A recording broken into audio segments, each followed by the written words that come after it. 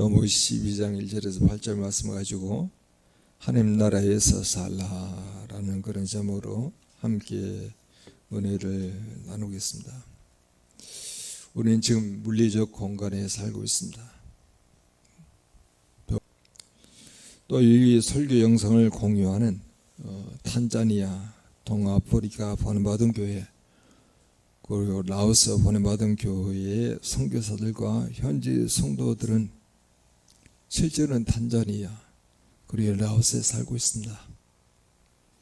직장을 다니고 있고 학교에 다니며 조그만 사업을 하거나 혹은 사역을 하고 있는 그런 지체도 있습니다. 우리는 이렇게 물리적 공간을 살아가는 존재이기도 하지만은 영적인 공간인 하나님 나라를 살아가야 합니다. 나와 함께 하신 하나님을 여러분 느끼고 계십니까? 그분은 보이지 않았어요. 근데 함께 하세요. 하나님 나라가 이미 내 안에 있음을 고백할 수 있을까요? 누구든지 내 이름으로 귀신을 쫓아내면 하나님 나라가 이미 임하였으리라 주님 말씀하십니다. 말씀과 성령의 지배를 받고 있습니까? 거듭나지 아니면 하나님 나라를 볼 수가 없습니다. 물과 성령으로 나지 아니하면은 하나님 나라에 들어갈 수 없느니라. 요한복음 14장 6절은 우리에게 더 구체적으로 말씀하죠. 예수께서 이르시되 곧 내가 길이요 진리요 생명이니 나로 말미암지 않고는 아버지께로 올 자가 없느니라. 그 아버지 대신에 하나님 나라라고 하는 단어로 바꿔도 좋습니다. 예수는 곧 길이요 진리요 생명이니 예수로 말미암지 않고는 하나님 나라로 올라갈 자가 없다는 거예요. 오늘 본문에 등장하는 나사로 그리고 마르다 그리고 마리아를 통해서 하나님 나라에서 산다는 것은 구체적으로 무엇을 의미하는지를 우리가 확인하여 우리도 지금 하나님 나라를 사는 존재로 현재와 앞으로의 삶을 살아가야 되겠습니다. 예수는 6월절 엿새 전에 예수님께서 베다니에 이르십니다. 예수님께서는 이 6월절 어린 양으로 자신을 주시려고 6월절에 맞추어서 예루살렘을 향하고 있습니다. 아직은 베다니예요. 베다니에서 죽은 자 가운데서 살리신 나사로가 있습니다. 오늘 본문에 등장하죠. 2절에 거기서 예수를 위하여 천지합니다. 거기서라고 한 단어만 가지고 보게 되면 마치 그 집이 죽었다가 살아난 나사로 집처럼 여겨져요. 그러나 같은 내용을 다른 복음서에서는 마태복음 26장 6절에는 이렇게 정확히 나왔습니다. 예수께서 베다니 나병 환자 시몬의 집에 계실 때 베다니에 있는 나병 환자 시몬의 집이에요. 거기서가. 그리고 또 마가복음 14장 3절 전반부에는 이렇게 더 구체적으로 나와 있습니다. 예수께서 베다니 나병 환자 시몬의 집에서 식사하실 때라고 되어 있어요. 그러니까 오늘 본문에 나오고 있는 거기서 예수를 위하여 잔치할세라고 이야기했을 때 다른 복음서에 있는 본문을 통해서 확인해 보게 되는 것은 이 잔치를 배설한 사람은 나병 환자 시몬이었어요. 잔치를 배설하고 그리고 시몬뿐만 아니라 누가 등장하면 마르다, 마리아가 이 잔치를 주최한 주체입니다. 주도한 것이죠. 집은 다른 집이지만은 왜 이렇게 예수를 위해서 잔치를 배설할까요? 나병 환자 시몬이 성경은 어떻게 치유를 받는 그런 과정에 대해서는 소개하고 있지는 않아요. 근데 오늘 본문에 이 나병 환자가 사람을 만나고 교제한다고 하는 것은 나병 환자가 치유를 받았다는 거거든요. 원래는 나병 환자는 이게 그때 당시에도 천형이라고 해가지고 하늘로부터 저주받은 병이라고 생각을 해야죠. 사람들로부터 자기 자신을 격리시키는 그런 환자이기 때문에 나병 환자가 지금 나사로하고 또 예수까지 초청해서 이렇게 잔치를 배설하는 것으로 봐서는 이 나병 환자가 치유를 받았다는 거예요. 치유 과정은 드러나 있지 않지만 예수님의 치유의 권능을 경험한 후에 제자로 섬기는 것으로 생각할 수 있겠죠. 그래서 우리 주님께서 이렇게 성경 말씀을 통해서 그가 채찍에 맞음으로 너희는 나음을 얻었다라고 말하고 있는 것처럼 이 나병 환자가 이제 완전히 깨끗함을 입어서 거기에 감사해서 예수를 위해서 잔치를 베푼 거예요. 자, 예수를 위해서 잔치를 베푼 주체자는 나병 환자로부터 깨끗함을 받은 시몬이고 마르다이고 마리아입니다. 나사로는 지금 손님으로 초대받았어요. 그런 상황 속에서 나사로는 여러분 무엇을 하고 있습니까? 여기서 우리가 힌트를 얻는 거예요. 하나님 나라에 산다는 것은 바로 이거구나. 첫 단계는 바로 뭐냐면요, 2절 후반부에 나와 있습니다. 나사로는 예수와 함께 앉은 자 중에 있더라. 나사로는 분명히 죽음에서 다시 살아난 그런 생명의 증인으로서 이제 예수님과 교제를 최우선으로 삼고 있어요. 그렇습니다. 우리가 하나님 나라에 살고 있다고 하는 것은 주님과의 교제의 시간을 많이 갖는 거예요. 우리가 이 인생을 살다 보면 많은 우여곡절을 겪잖아요. 오르락 내리락 하면서 시간은 가기도 하고 늙어가기도 하고 이제 육신의 때가 다 되게 되면 죽을 때가 가까워오는 그런 과정 가운데 삶의 현실들은요 굉장히 여러 가지 우여곡절을 겪게 돼 있어요. 그게 인생이니까. 나사로는 자기가 죽었다가 산 몸을 가지고 가장 우선시하는 것은 물론 먹고 마시는 것도 우선시하죠. 지금 식사 중에 앉아서 식사 중이잖아요. 근데 주님과의 깊은 교제에 최우선을 두는 거야. 우리가 지금 하나님 나라에 살고 있다고 하는 거, 뭐 육체적으로는 대한민국에 살고 있잖아요. 탄자니아에 살고 있잖아요. 그리고 라오스에 살고 있잖아요. 그게 중요한 게 아니고 또 하나의 영적인 현실을 살아가야 하는데 하나님 나라에 살고 있다는 것을 여러분들이 느끼셔야 해요. 고백해야 합니다. 이제 그러려고 하면은 하나님과 깊은 영적인 시간들을 많이 공유하고 있느냐? 하나님의 말씀을 붙잡고 그 하나님께서 나와 함께 하시고 있음을 말씀을 통해서 확인하고 나와 함께 하시는 그 하나님이 나에게 뭐라 말씀하신 줄 들을 수 있고 그 들었던 그 메시지를 가지고 살아가는 그런 과정이 있다 하면은 나는 하나님 나라에 살고 있습니다. 이렇게 고백할 수 있다는 거예요. 여러분 시간을 얼마나 투자합니까? 하나님과 깊은 영적인 관계. 만약 그 영적인 관계가 이루어지지 아니하면은 다음 단계로 나갈 수가 없어요. 하나님 나라에서 사는 것은 첫 번째 단계는 많은 시간을 예수와 함께 하며요. 예수와 함께 교제하는 거예요. 예수님과 함께 친밀한 교제가 이루어지는 것이 하나님 나라에 사는 것의 첫 번째 단계입니다. 여러분 한 주를 한번 돌이켜 보십시오. 어느 정도 하나님과 예수님과 성령님과 친교를 나누셨는지요. 얼마나 하나님을 갈망하고 하나님께서 나의 가운데 영으로 임재하셔서 말씀을 듣게 하시고 또 깨닫게 하셨는지. 그런 시간이 없다 그러면은 아까 우리가 회개 시간에 했던 것처럼 되게 일을 바쁘게 만들어요. 또는 일이 없게 만들어요. 그리고 영적으로 게으름에 빠지게 합니다. 영적으로 하나님이 함께 하신다고 하는 것을 못 느끼게 하는 거예요. 그래서 일이 주어진다고 일을 할 수 있죠. 문제가 발생하면 그 문제를 해결하고자 되게 애를 쓸 수 있겠죠. 그러면서 한 주가 지나가요.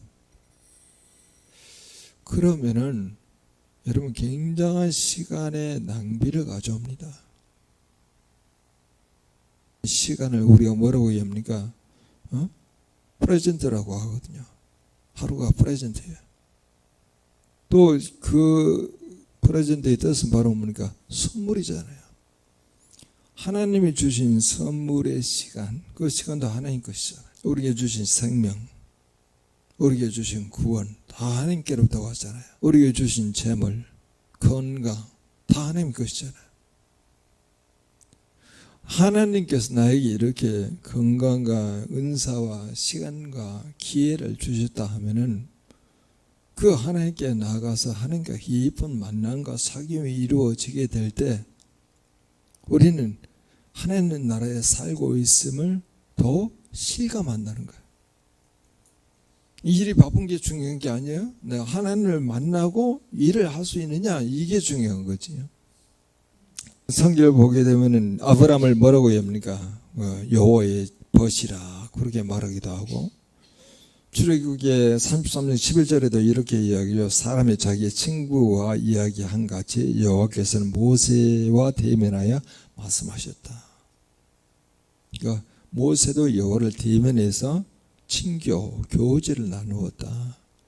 하나님의 함께 하심을 경험의 시간들을 많이 가졌다, 이 말이에요. 그러면 우리는 이같이 물리적인 공간에 사는 것도 있지만 영적인 공간에서 사는 것을 여실히 경험할 수 있다고 말할 수 있다 하면은 그것은 바로 하나님과 많은 시간을 교제하는 거예요. 주님을 느끼는 거죠. 그래서 요한복음에 있는 말씀을 그대로 가져오면 너희가 내 안에, 내 말이 너희 안에 거하면은 이렇게 말하잖아요.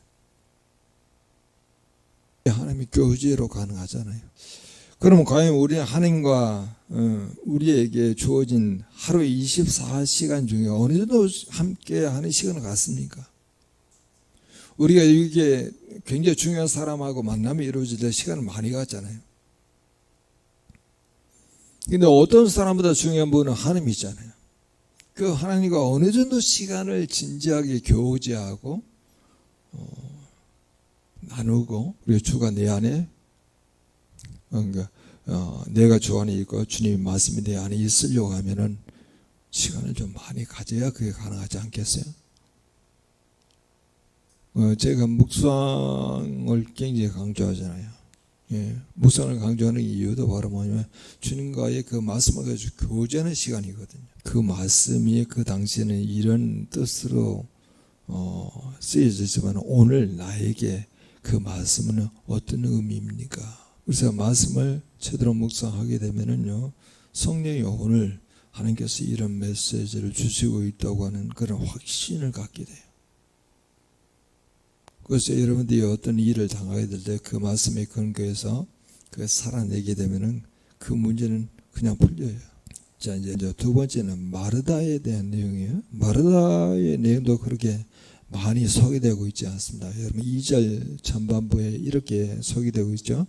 거기서 예수를 위하여 잔치하세 마르다는 일을 하고 라고 되어 있어요. 예수를 위해서 잔치를 하고 있다는 거예요. 잔치를 준비하고 잔치를 행하고 있다는 것이죠. 이 부분은 마르다의 섬김입니다. 마르다의 섬김. 당시에 잔치에는 손님을 위한 풍성한 음식이 필요하죠. 그래서 고기도 있어야 하고, 떡도 있어야 하고, 빵도 있어야 하고, 과일도 있어야 하고, 포도주도 있어야 하잖아요. 그럼 마르다는 음식 재료를 준비해야 하고, 그리고 조리까지 해야 되겠죠. 그리고 예수님과 제자들이 편히 먹을 수 있도록 또 수고해야 합니다. 손님들의 자리 배치까지도 마음에 둬야 하고, 음식을 나르기도 하고, 그리고 필요한 것을 채우고, 세시간 그런 배려를 아끼지 않겠죠. 잔치 후에 정리를 해야 합니다. 그리고 그릇을 씻자고 공간을 관리해야 하는 등 그런 뒷정리까지도 책임을 졌을 것입니다. 그러니까 일이 많은 거예요. 자, 모든 일이 순조롭게 진행되기 위해서는 시간을 조직적으로 사용을 해야 되겠죠. 시간 사용도 그렇고, 재료도 그렇고, 조리하는 것도 그렇고, 또 갖다 주는 것도 그렇고, 그리고 음식이 부족하면 채워주는 것도 그렇고, 그리고 설거지 다 해야죠. 그래서 자리 정리 다 해야죠. 이게 일이에요. 그러면 이 일이 힘들거나 일로 인해서 너무 많은 일로 인해서 짜증이 나거나 그러지 않으려고 하면은 첫 단계를 여러분 잘 거쳐야 한다는 거예요. 주님과 깊은 교제. 그리고 일이 주어진다 그러면 이 일을 즐겁게 할 수 있어요. 이 마르다가 예수를 위해서 잔치를 예수를 위해서 음식을 준비할 때 마리아라고 하는 자기 여동생은 예수의 발 곁에 앉아서 말씀 듣는 것 때문에 마르다가 화를 내잖아요. 예수님, 내 동생으로 하여금 나를 도와줘서 일을 잘 마무리할 수 있도록 그렇게 하셔야죠. 그러니까 예수님께서 말씀하시죠. 여러 일을 하지 말고 몇 가지 일로 하여서 만족하라. 그 몇 가지 일 중에 중요한 것이 바로 뭐냐? 주님 말씀을 듣는 거예요. 마르다의 섬김은 단순히 육신의 일이 아니라 예수님을 영접하는 존귀한 시간이고 기회입니다. 그래서 마르다는 예수님을 위한 섬김의 시간을 상당히 소중하게 생각하는 거예요. 그래서 내가 주의 이름으로 하는 이 작은 일이라도 주님께 드립니다라고 하는 그런 마음으로 하게 되겠죠. 섬김은 각자의 은사대로 지금 이루어지는 거예요. 나사로는 교제에 초점을 두고 있습니다. 마르다는 섬김 쪽에 초점을 두고 있고 마리아는 헌신 쪽에 초점을 두고 있는 거예요. 이렇게 전개되는 내용이 하나님 나라에 지금 살고 있다는 거구나. 은사는 여러 가지나 섬기는 주인은 한 분이잖아요. 마르다는 일에 집중했지만 나중에는 예수님 앞에 앉은 마리아의 선택도 인정을 받습니다. 수고와 휴식, 일과 기도 모두 주님께 드려져야 한다는 것이죠. 자, 그래서 오늘날 우리도 마르다와 같은 그런 섬김이 가능할까? 짜증내지 않고 불평하지 않고 참 기쁘게 섬기는 그런 과정, 시간을 잘 조율해야 되겠죠. 그리고 동선, 그리고 준비, 조리, 그리고 배분, 그리고 채워짐, 그리고 뒷정리. 이러려고 그러면 시간을 효과적으로 사용하기 위해서 미리 잘 오리엔테이션이 되어 있어야 합니다. 이렇게 기쁜 마음으로 섬김을 갖는 것도 하나님 나라에 살고 있음을 입증하는 증거예요. 그래서 오늘날 우리가 가족을 위해서 식사를 준비할 때도 이 음식으로 주님을 섬깁니다라고 하는 마음으로 준비를 해야 하겠고, 교회에서 예배를 준비하고 청소하고 접대하는 작은 일도 주님의 잔치로 여기셔야 하고, 직장에서 업무를 감당할 때도 하나님께 드리는 봉사라는 마음으로 섬김이 이루어지게 되면은, 성경은 그렇게 말하죠. 너희가 형제 중에 지극히 작은 자 하나에게 한 것이 내게 한 것이라.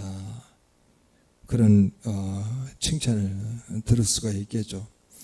그래서 하나님 나라에서 산다고 하는 것은 내가 시간을 예수님과 함께하여 교제를 나누는 것이고, 예수를 위하여 일을 하는 것을 하나님 나라에 살고 있다라고 하는 그 의미로 삼을 수 있어요. 예수를 위해서 섬기는 거죠. 그럼 마지막으로 마리아라고 가볼까요? 마리아는 많은 분량이 소개되고 있습니다. 그 중에 3절을 같이 한번 읽어보죠. 같이 읽겠습니다. 마리아는 지극히 비싼 향유 곧 순전한 나다 한 근을 가져다가 예수의 발에 붓고 자기 머리털로 그의 발을 닦으니 향유 냄새가 집에 가득하더라. 자, 그리고 건너뛰어서 7절을 또 같이 한번 읽어봅니다. 같이 읽겠습니다. 예수께서 이르시되 그를 가만두어 나의 장래한 날을 위하여 그것을 간직하게 하라. 순전한 나드 한 근에서 이 나드 향은 구약 성경의 나도라고 하는 이름으로 아가서에 나옵니다. 나도라고 하는 이름으로 동방의 향유 이름이에요. 원래는 이 나드 향은 어디에 출처가 있냐면은 동인도에 식물에서 제시했는데, 식물 이름이 나도 처음 들어보는 식물이에요. 어떤 이름이냐면 나르도스 타기스 자타만시라고 하는 굉장히 긴 식물 이름이에요. 그게 동인도에 있습니다. 그래서 이 향료의 원산지는 동인도이기 때문에 유대 국내로 반입하기 위해서는 수입을 돼야 하잖아요. 그래서 많은 가위 나가게 수입을 하는 것, 지금 관세 때문에 굉장히 물건값이 폭등하고 있잖아요. 그래서 이 한 근은 어느 정도의 무게냐면 326g이에요. 그래서 이 나드 향유의 용도는 바로 뭐냐면은 히브리인들이나 로마인들이 시신에 발라서 악취가 나지 않는 용도로 사용하기도 하고, 또 귀한 손님이 방문했을 때는 그 손님의 머리에 발라서 최상의 예의와 대접을 하는 용도로 사용하는 거예요. 근데 마태나 마가복음은 이 향유를 머리에 부었다고 기록하고 있고, 이 누가나 요한은요 팔에 부었다 이렇게 말하는 거예요. 그러니까 이 두 내용을 종합해서 말하게 되면은 이 마리아는 그 향유를 머리에도 붓고 발에도 부은 거예요. 그런데 이 마리아의 오늘 저는 그 장례의 날 마리아가 이걸 알고 부었을까? 시신에 붓는 이 향유인데 그 향유의 가치는 300데나리온이요. 이 한 데나리온이 노동자의 하루 품삯입니다. 그러면 일반 노동자의 1년 연봉이에요. 꽤 값이 나는 건 거고, 마리아에게는 이게 결혼 지참금에 해당하는 겁니다. 자기 가지고 있는 재산의 전부예요. 이걸 마리아가 예수 그리스도의 머리와 발에 다 쏟아부은 거예요.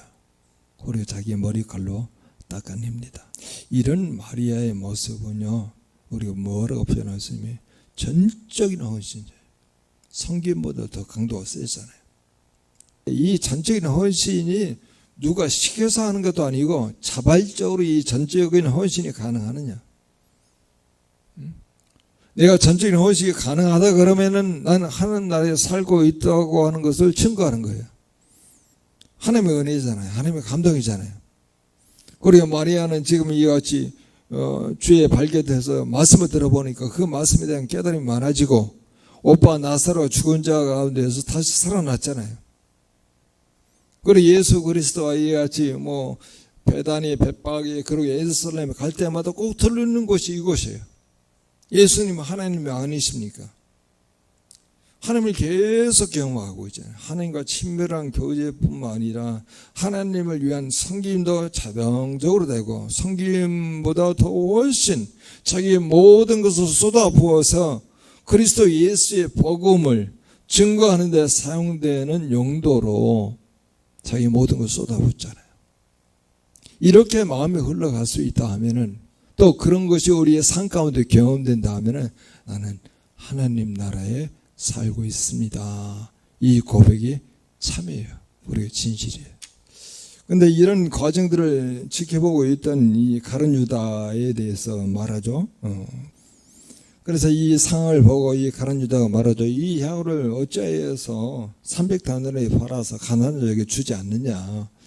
이렇게 말하면 가난한 자를 생각함이 아니요, 그는 도둑이라 말하고 있는 거예요. 그는 괴를 맡았고, 그리고 거기 넣은 것을 훔쳐감이라. 근데 이 내용을 여러분 마가복음 14장 4절에 보게 되면 가룟 유다만 아니에요. 거기에 뭐라고 되냐, 어떤 사람들이라고 되어 있어요. 이렇게 불평하고 원망하는 일을 가룟 유다가 처음에 했겠죠. 다른 제자들 뿐만 아니라 가룟 유다가 먼저 했겠죠. 근데 다른 제자들도 도둑이에요.